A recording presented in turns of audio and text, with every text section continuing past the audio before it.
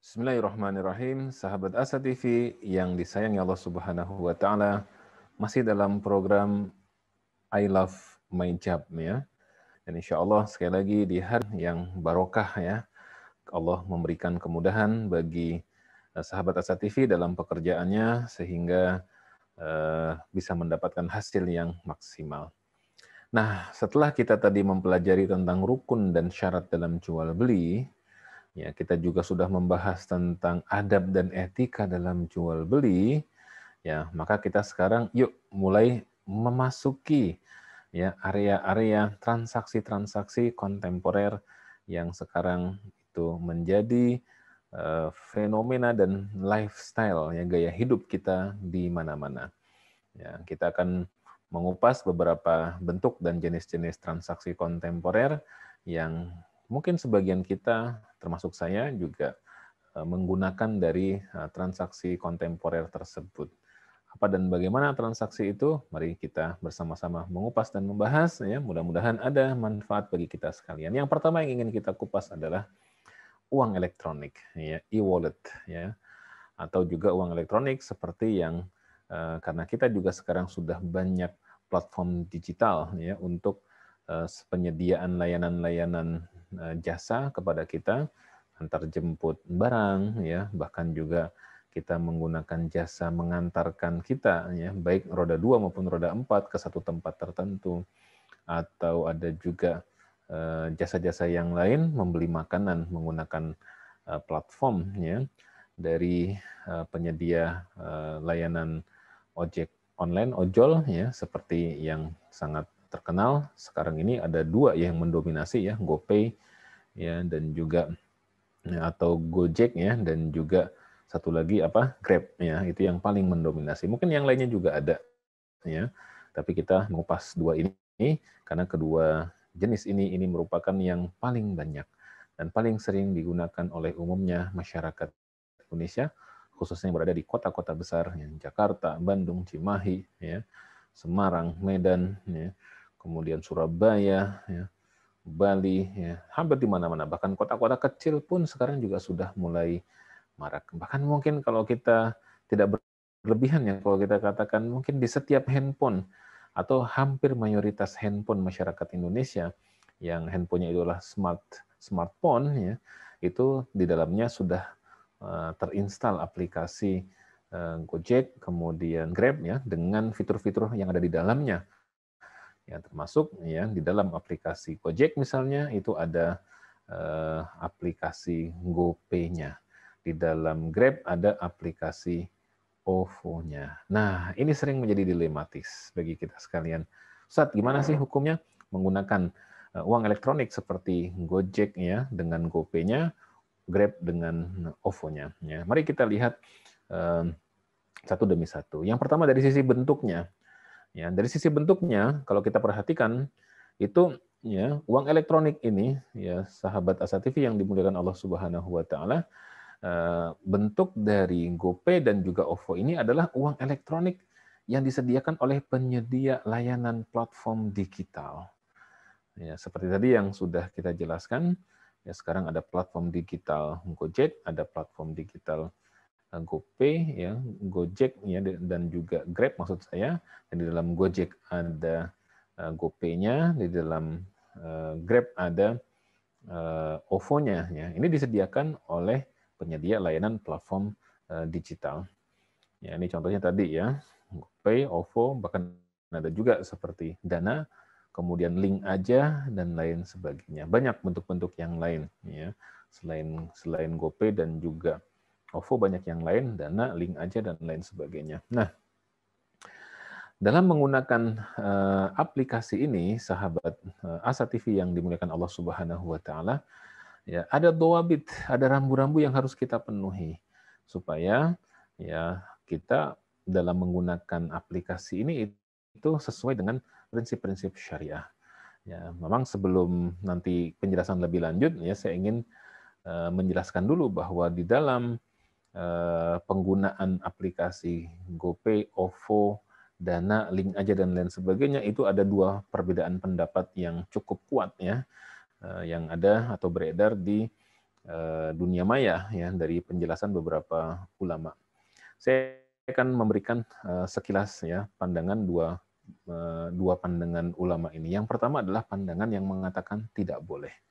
Pandangan yang mengatakan haram hukumnya menggunakan aplikasi GoPay, OVO, dan lain sebagainya dengan alasan adalah bahwa di dalam aplikasi ini ada ya unsur ribanya. Di manakah ribanya? Jadi yang mengatakan ini haram memandang unsur ribanya dari sisi bahwa kalau saya misalnya menggunakan GoPay, maka saya harus top up uang. Ya, misalnya saya top up Rp200.000, maka saya akan mentransfer dari rekening saya ke rekening GoPay saya. Maka ketika saya sudah transfer berhasil, di rekening GoPay saya akan muncul angka Rp200.000. Ya. Di situ mungkin belum terlihat ada sebuah permasalahan. Nah, yang sering jadi masalah adalah ketika saya punya uang Rp200.000 di aplikasi GoPay tersebut, kemudian saya ingin belanja di situ. Misalnya saya ingin belanja makanan. Ya, karena yang paling sering, apalagi di zaman masih pandemi seperti ini, belanja makanan melalui aplikasi ini laku sekali. Maka saya kemudian membuka GoFood, ya, atau membuka OVO yang foodnya. Terus kemudian di situ ada penawaran berbagai macam jenis masakan dan makanan, ya, dari yang dekat sampai yang jauh, bintang 5 sampai bintang 3 mungkin ya, atau yang lain-lainnya itu disediakan. Pilihan saya misalnya jatuh ke salah satu makanan ya, misalnya bakso misalnya ya. Tertulis misalnya di situ bakso harganya 18.000 misalnya ya. Tapi kalau kita menggunakan GoPay, dia mendapatkan diskon menjadi 15.000. Kalau saya membayar cash, maka 18.000. Kalau saya pakai GoPay, itu 15.000. Nah, yang mengatakan bahwa tidak boleh menggunakan aplikasi seperti ini, itu memandang diskon yang diberikan oleh penyedia layanan kepada kita dari 18.000 menjadi 15.000 atas dasar uang yang kita top up ke aplikasi ini, itu dianggap sebagai riba. Kenapa dianggap sebagai riba? Karena pandangan kelompok yang mengatakan tidak boleh ini adalah mereka menyatakan bahwa ketika kita melakukan top up uang kita masukkan ke aplikasi GoPay itu, kemudian uang itu masuk ke rekeningnya GoPay dan oleh GoPay bisa jadi itu digunakan untuk macam-macam ya, maka uang itu statusnya adalah sebagai qard. Apa itu qard? Qard itu adalah hutang. Kok jadi hutang? Ya, seolah-olah pihak GoPay itu berhutang kepada kita atau pihak OVO berhutang kepada kita. Jadi kita memberikan pinjaman kepada GoPay, kita memberikan pinjaman kepada OVO. Nah, atas pinjaman itu melahirkan diskon. Dalam salah satu terminologi riba itu disebutkan bahwa riba itu adalah kullu qardin jaru alaihi naf'an. Setiap pinjaman yang di balik pinjaman itu ada naf'an, ada manfaat yang bisa kita ambil, yang bisa kita petik ya, baik manfaatnya berupa finansial ya, tambahan uang atau diskon ya, atau apa segala macam, maka itu adalah riba ya. Nah, pandangan yang pertama ini menganggap bahwa ya, kalau kita mendapatkan diskon dari platform tersebut atas dasar uang yang kita top up ke situ dan uang tersebut dianggap sebagai qard, sebagai hutang, maka mereka pasti akan mengatakan bahwa ini adalah riba. Kecuali tidak ada diskonnya. Kalau tidak ada diskonnya, mungkin tidak jadi isu. Ya. Ini pandangan yang pertama. Nah, ada juga pandangan yang kedua yang mengatakan bahwa ketika kita top up ke GoPay tersebut, itu tidak serta-merta dan tidak otomatis dana kita itu menjadi qard, menjadi hutang. Ya, misalnya nih, ketika saya men-top up uang saya ke GoPay itu tidak kemudian saya bermaksud memberikan hutang kepada pihak GoPay. Dan untuk apa juga saya memberikan hutang kepada pihak GoPay? Duitnya banyakkan dia kok gitu. Saya semata-mata ini adalah menaruh uang itu di situ. Kalau nanti anytime saya butuh sesuatu, saya tinggal pesen aja. Tidak perlu repot lagi mengeluarkan uang. Jadi tidak maksud saya untuk memberikan hutang dan pinjaman. Dan yang perlu dicatat lagi adalah bahwa pihak GoPay itu bukan seperti bank.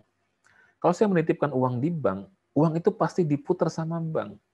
Ya, karena bank adalah lembaga yang menghimpun dana masyarakat dan menyalurkan dana masyarakat. Tapi kalau kayak GoPay, dia tidak punya wewenang secara perundangan setahu saya ya untuk menyalurkan kepada masyarakat. Yang memberikan pinjaman misalnya kepada masyarakat nggak boleh ya, karena secara undang-undangnya mungkin tidak boleh ya, beda dengan bank. Asuransi pun juga dia hanya boleh menghimpun dana masyarakat tapi tidak boleh menyalurkan. Itu asuransi, apalagi seperti GoPay seperti ini. Nah, maka ketika kita menaruh uang ke situ, itu sebenarnya hanya semacam kita nitip saja. Nah, anytime kita butuh, maka kita baru menggunakannya. Ya, contoh tadi ya, saya butuh mau membeli nasi goreng. Ya. Nasi goreng ini enak nih sore-sore, misalnya nanti buat nanti sore nih kita makan nasi goreng ya. Maka saya cari pesan di situ ada nasi goreng pete misalnya ya, harganya 20.000. Maka saya klik di situ karena saya menggunakan GoPay atau OVO karena ada saldo di situ, didiskon dari 20.000 menjadi 17.500 rupiah. Ya, nah, maka ini tidak disebut sebagai riba menurut pandangan yang kedua. Jadi kalau pandangan yang pertama mengatakan bahwa itu riba, nah pandangan yang kedua ini mengatakan tidak riba. Itu adalah titipan dan itu tidak otomatis dana yang kita top up kan menjadi qard karena dia bukan lembaga seperti bank yang bisa menghimpun dana masyarakat dan menyalurkan dalam bentuk kredit kepada masyarakat. Loh, itu udah bank jelas riba. Tapi kalau ini enggak, oleh GoPay dana tersebut ya paling hanya digunakan untuk membayar rekan-rekanannya yang sudah tadi ya kita pesan barangnya atau kita pesan makanannya melalui platform digital yang sudah mereka sediakan. Nah, ilustrasi sederhananya adalah seperti misalnya saya sedang renovasi rumah. Ya, ketika saya sedang renovasi rumah, saya pasti butuh bahan-bahan material yang tidak sedikit. Nah, bahan-bahan material saya yang tidak sedikit itu, ya, saya akan repot kalau setiap hari ke toko material, sementara saya harus bekerja. Nah, di rumah saya ada tukang beberapa orang, saya juga khawatir kalau ngasih uang saya kepada para tukang secara langsung. Akhirnya saya datang ke toko material. Ya, Pak Haji Fulan, ini saya punya tukang nih, ada 5-6 orang gitu ya di rumah saya karena sedang renovasi. Dan mereka pasti butuh material. Saya nggak tahu kebutuhan mereka apa, karena kadang-kadang di tengah jalan mereka butuhnya tidak yang sesuai yang direncanakan.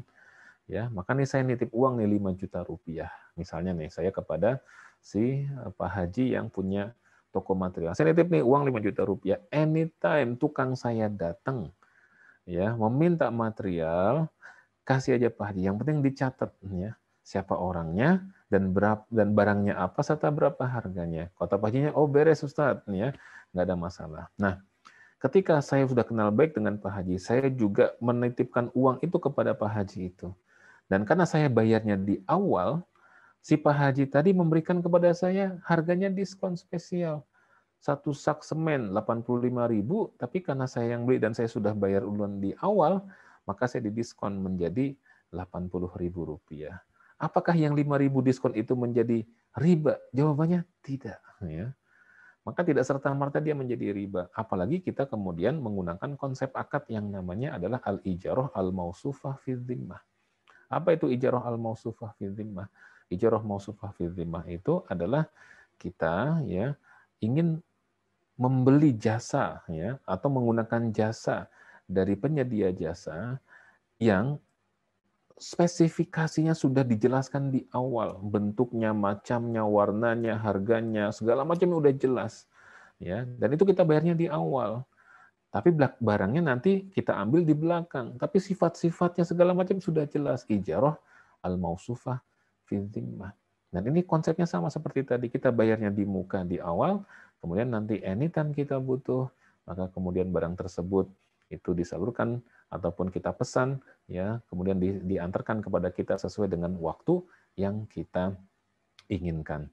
Nah, dua pandangan ini ya kalau saya pribadi lebih cenderung kepada pendapat yang kedua ya yang mengatakan bahwa ya, transaksi menggunakan GoPay dan OVO ini ya tidak mengandung unsur riba dari sisi ya bahwa dana yang kita top up itu tidak otomatis berubah menjadi qard ya.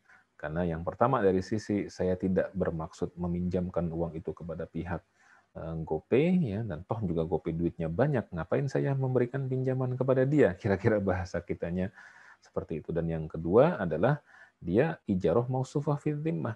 Yang kita bayar di muka terhadap barang dan jasa yang akan kita ambil nanti di waktu kita membutuhkannya, ya, dan itu sah-sah saja, boleh-boleh saja. Dan tadi ilustrasi sederhananya seperti saya menitipkan uang di toko material, dan ketika saya menitipkan uang di toko material, nanti anytime tukang-tukang saya mengambil uang atau mengambil bahan material sesuai dengan kebutuhan, maka diberikan oleh toko material tadi karena sudah ada deal antara saya dengan pihak penjual material, dan karena saya sudah menaruh uang duluan, dia memberikan kepada saya beberapa diskon dan keistimewaan, dan itu ya tidak otomatis menjadi riba, karena ketika saya memberikan uang itu kepada toko material, itu bukan akad qard, tetapi akadnya adalah yang jual beli, tetapi uangnya dibayarkan di muka, tapi barangnya nanti diambil di kemudian hari. Nah, tetapi sahabat Asa TV yang dimuliakan Allah Subhanahu wa taala, kalaupun kita mengambil pendapat yang kedua yang mengatakan boleh, meskipun saya juga menghormati bagi yang mengambil pendapat pertama yang mengatakan haram, itu mengandung unsur riba karena kehati-hatian, itu juga kita hargai. Ya. Jadi, tapi jangan saling menyalahkan. Jangan yang mengatakan haram menjelek-jelekan yang mengatakan boleh. Yang mengatakan boleh juga menjelek-jelekan yang mengatakan tidak boleh. Ya, karena kedua-duanya punya kelemahan. Ya, sebagai contoh, yang mengatakan boleh pun juga masih punya kelemahan. Apa kelemahannya? Pihak GoPay itu ya, dia belum bekerja sama di bank penampungannya terhadap uang yang dia terima dari pengguna aplikasi GoPay yang membayar atau mentop up uang itu di aplikasi ataupun di bank yang syariah. Ya, kelemahannya di situ. Dia mungkin banknya bank konvensional, sehingga mungkin bisa jadi uang yang dia taruh di situ, ya di bank itu ada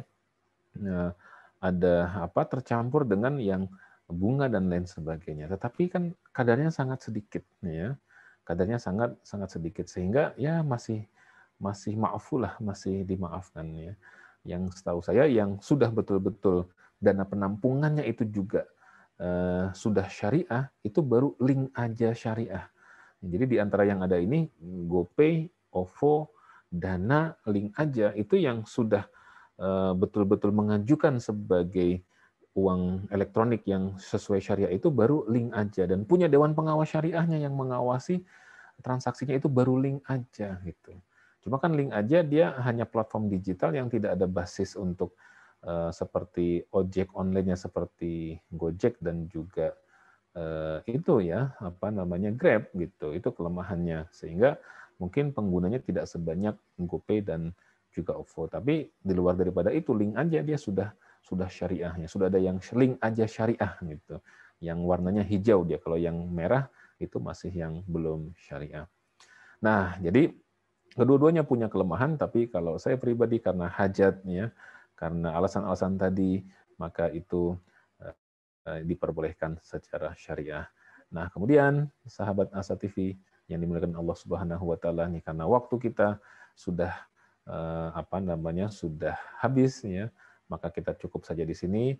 Nanti kita akan kupas berikutnya, ada syarat dan ketentuan berlaku supaya kalau kita mau menggunakan GoPay dan juga menggunakan OVO kita itu diperkenankan dan diperbolehkan secara syariah. Ada dawabit-dawabitnya. Apa saja dawabit-dawabitnya, rambu-rambunya supaya kita diperbolehkan secara syariah? Maka ikuti terus program I Love ya Mandi di Asa TV ini. Insya Allah nanti akan kita lanjutkan tentang dawabit-dawabitnya. Mohon maaf atas segala kekurangannya, ini karena waktu yang memisahkan kita. Insya Allah jika Allah berikan umur panjang, kita akan sambung kembali. Mudah-mudahan Allah mudahkan segala urusan sahabat Asa TV, dilancarkan pekerjaannya, dan mudah-mudahan berkah semuanya di dunia wal akhirah. Wallahu a'lam bissawab. Assalamualaikum warahmatullahi wabarakatuh.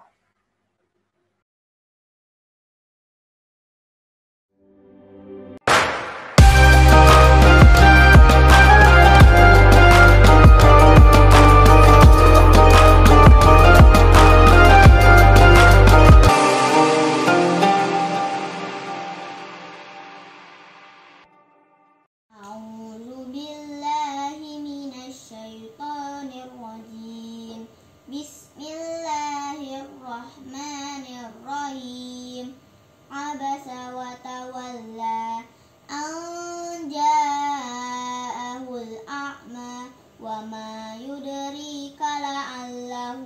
يزكى أو يذكر فتنفعه الذكرى أما من استغنى فأنت له تصدى وما عليك ألا يزكى وأما من جاءك يسعى وهو يخشى فأنت عنه تلهى كلا إنها تذكرة فمن شاء ذكره في صحف مكرمة مرفوعة مطهرة بأيدي سفرة كرام بررة قتل الإنسان ما أكفره من أي شيء خلقه من نطفة خلقه فقدره ثم السبيل يسره ثم أماته فأقبره ثم إذا شاء أنشره كلا لما يقض ما أمره فلينظر الإنسان إلى طعامه أنا صببنا الماء صبا ثم شققنا الأرض شقا فأنبتنا فيها حبا وعنبا وقضبا وزيتونا ونخلا وحدائق غلبا وفاكهة وأبا متاعا لكم ولأنعامكم فإذا جاءت الصاخة يوم يفر المرء من أخيه وأمه وأبيه وصاحبته وبنيه لكل امرئ منهم يومئذ شأن يغنيه وجوه يومئذ مسفرة ضاحكة مستبشرة ووجوه يومئذ عليها غبرة ترهقها قترة أولئك هم الكفرة الفجرة صدق الله العظيم.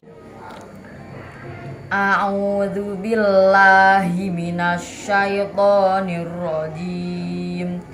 Bismillahirrahmanirrahim. Tabarakalladzi biyadihil mulku wa huwa ala kulli syai'in qadir. Alladzi khalaqal mauta wal hayata liyabluwakum ayyukum ahsanu amala wa huwal azizul ghafur.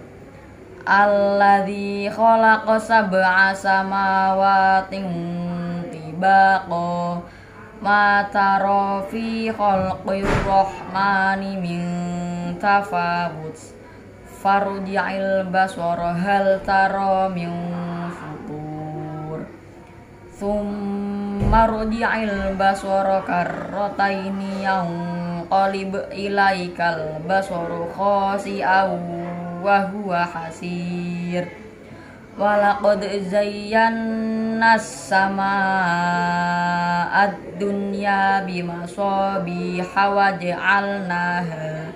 waja'alnaha rujuman lisyayatini wa a'tadna lahum adzabas sa'ir walilladzina kafaru bi rabbihim adzabu jahannam wa bi'sal masir. Idza ulqu fiha sami'u laha syahiqan wa hiya tafur takadu tamayyazu minal ghayz kullama ulqiya fiha fawjun sa'alahum khazanatuha alam ya'tikum nadhir. Qalu bala qad ja'ana nadhirun fakadzabna wa qulna ma nazzalallahu min syai' in antum illa fi dhalalin كبير وقالوا لو كنا نسمع أو نعقل ما كنا في أصحاب السعير فاعترفوا بذنبهم فسحقا لأصحاب السعير صدق الله العظيم.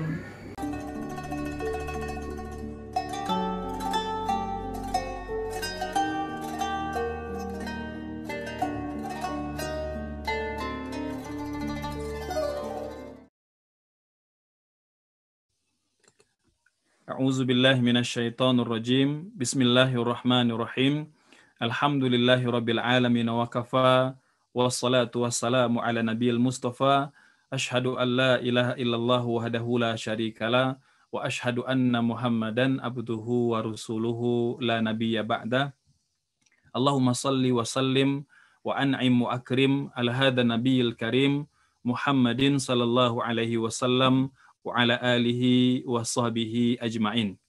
Hadirin, hadirat, muslimin, muslimat yang dimuliakan Allah, Assalamualaikum warahmatullahi wabarakatuh. Ramadan adalah bulan Al-Quran, bulan di mana kita umat Islam diwajibkan berpuasa dan dituntut memperbanyak amal soleh. Di antara amal soleh yang sangat diutamakan kita lakukan di bulan yang mulia ini adalah memperbanyak intensitas hubungan dan komunikasi kita dengan kalamullah, dengan Al-Quran, dengan membacanya, dengan menelaah isinya, mentadaburi, dan berupaya pula untuk mengamalkannya. Namun, baginda Rasul Sallallahu Alaihi Wasallam juga memberikan kita peringatan bahwa Al-Quran itu tidak semata-mata untuk kita baca saja, tetapi bagaimana kita berupaya untuk memahami isinya dan berupaya pula untuk mengamalkannya. Dalam hadis yang sahih riwayat Imam Al-Bukhari, baginda Nabi bersabda, yakhruju nasun min qibalil masyriq. Nanti pada akhir zaman akan muncul umat bangsa dari arah timur. Yaqra'unal Qur'an. Mereka gemar membaca Al-Qur'an. La yujawizu taraqiyahum. Tetapi bacaan-bacaan mereka tidak melepasi tenggorokan mereka. Yamrukuna minad-din kama yamrukus sahmu minar ramiyah. Mereka lepas dari agama laksana lepasnya anak panah dari busurnya. Summa la ya'uduna fihi hatta ya'uda sahmu ila fuqihi. Maka anak panah itu tidak mungkin kembali ke busurnya. Hadirin muslimin muslimat yang dimuliakan Allah Subhanahu wa taala, maka tentu ketika kita membaca Al-Qur'an, kita harus membacanya dengan pedoman yang diajarkan oleh baginda Rasul Sallallahu Alaihi Wasallam, bahwa setelah kita membacanya harus ada upaya untuk mentadaburi isinya dan berupaya pula untuk mengamalkan kandungannya. Karena itulah tujuan diturunkannya Al-Quran. Hal ini seperti mana yang Allah firmankan dalam Al-Quran surah yang kedua, surah Al-Baqarah ayat 185. A'udzubillahi minasyaitonirrajim. Syahrul Ramadan alladzi unzila fihi al-Qur'an hudal linnasi wa bayyinatin minal huda wal furqan.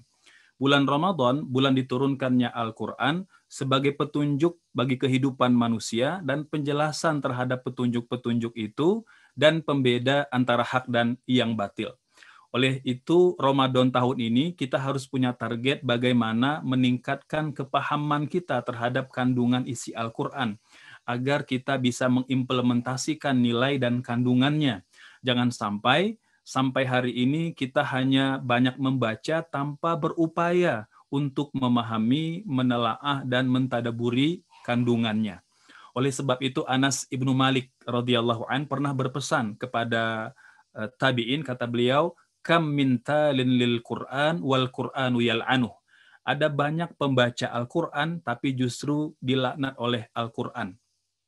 Beliau menjelaskan bahwa ketika Quran semata-mata hanya kita baca, ketika kita hanya berupaya memperbagus bacaan, memperbagus tajwid, ya, dan seni membacanya tanpa ada upaya untuk memahami isi dan kandungannya, maka tentu bukan hal ini yang diperintahkan kepada kita. Meski membaca, menghafal itu mendapatkan pahala yang besar, tapi bagaimana kemudian kita berupaya bahwa interaksi kita tidak semata-mata terhenti pada bacaan, tidak semata-mata terhenti pada menghafal, tapi harus naik tingkat, naik level. Bagaimana kita harus lebih dalam memahami, lebih banyak mengerti kandungan isinya, dan dengan begitu diharapkan kita juga bisa mengamalkan seperti mana yang difirmankan oleh Allah Subhanahu wa taala. Maka hadirin, semoga Ramadan tahun ini kita termotivasi untuk lebih banyak berinteraksi dengan Al-Quran, terutama bagaimana kita memahami isinya dan mentadaburi kandungannya. Demikian, semoga bermanfaat. Wassalamualaikum warahmatullahi wabarakatuh. Waalaikumsalam warahmatullahi wabarakatuh.